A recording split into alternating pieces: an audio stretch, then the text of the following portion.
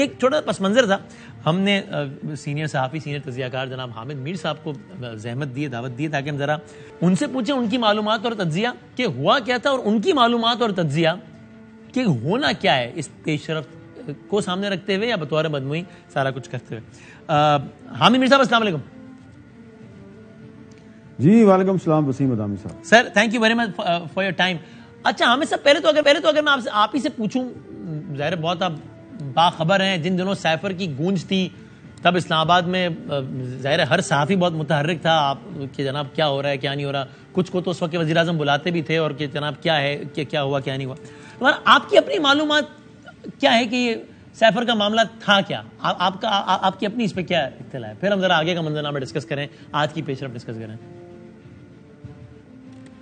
دیکھیں وسیم بھائی, اگر آپ کو یاد ہو تو اس معاملے پہ میں نے پچھلے سال ہی میرا خیال ہے اگست ستمبر میں یہ کہا تھا کہ جو ایک سائفر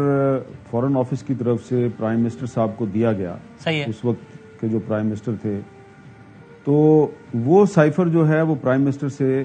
گم ہو گیا اور اس کے بعد پھر اس کی انہوں نے تصدیق بھی کر دی. عمران خان صاحب نے جب اکتوبر میں انہوں نے ماریا میمن صاحبہ کو ایک انٹرویو میں کہا کہ ہاں وہ پتہ نہیں کدھر گیا ہے, تو میں نے اگست ستمبر میں یہ, لیکن اس وقت جب عمران خان صاحب وزیر اعظم تھے تو جب اس وقت میں نے یہ کہا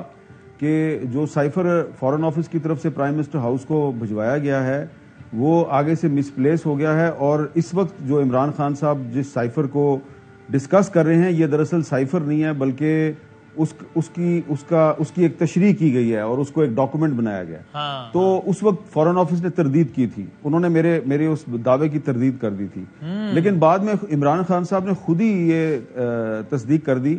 کہ وہ میرے سے کہیں آگے پیچھے ہو گیا تھا. اور پھر جب اعظم خان صاحب کی اور عمران خان صاحب کی آڈیو لیک ہوئی تو اس میں آپ نے سن لیا ہوگا کہ اعظم خان صاحب کہہ رہے ہیں کہ پھر میں فارن سیکرٹری کو بلاؤں گا, وہ ہمارے سامنے پڑھے گا, پھر وہ ڈی کوڈ ہوگا, پھر میں کہہ دوں گا کہ جی یہ ہم نے اس کا میٹنگ منٹس کا حصہ بنا دیا.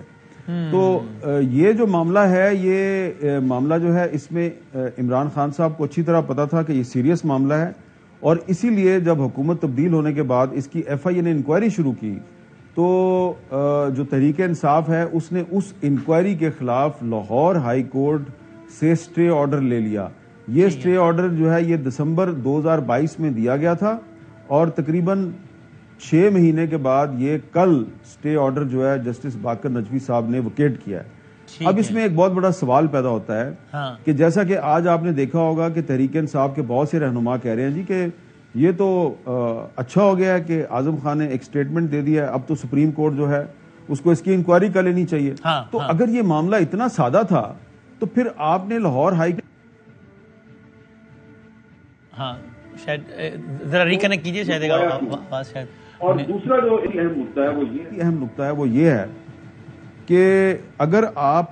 جو اعظم خان صاحب کا جو 2 سٹیٹمنٹس ہیں, ایک 164 کے تحت انہوں نے مجسٹریٹ کے سامنے ریکارڈ کروایا, دوسرا 161 کے تحت انہوں نے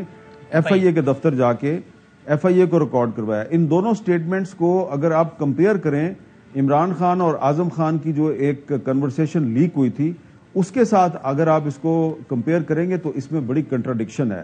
کیونکہ وہ جو کنورسیشن پچھلے سال لیک ہوئی تھی اس میں ایسا لگ رہا ہے کہ اعظم خان صاحب ایک ماسٹر مائنڈ ہیں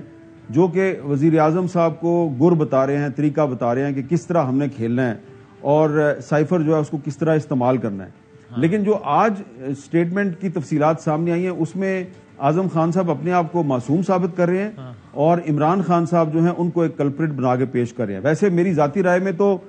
دونوں ہی جو ہیں وہ اس کے ذمہ دار ہیں, لیکن جو آج اعظم خان صاحب کا سٹیٹمنٹ سامنے آیا ہے میں اس سٹیٹمنٹ کے بارے میں صرف اتنا ہی کہوں گا کہ اس کے کنٹینٹ کے کچھ حصوں سے میں اتفاق نہیں کرتا. میں یہ سمجھتا ہوں کہ جتنے ذمہ دار عمران خان ہیں اتنے ہی ذمہ دار اعظم خان ہیں. تو اب کیونکہ اعظم خان صاحب ایک بیوروکریٹ ہے, ان کو اچھی طرح پتا ہے کہ رولز اینڈ ریگولیشن کے مطابق اس سائفر کو سیکیور رکھنا میری ذمہ داری تھی, لہذا وہ پھنس گئے ہیں. تو اب وہ ایک وعدہ معاف گواہ کے طور پہ اپنی خدمات پیش کر رہے ہیں, اور یہ ویسے ہی وعدہ معاف گواہ بن رہے ہیں جیسے ذوالفقار علی بھٹو صاحب کے دور میں جو ایف ایس ایف کے چیف تھے مسعود محمود صاحب, وہ ان کے خلاف وعدہ معاف گواہ بن گئے تھے.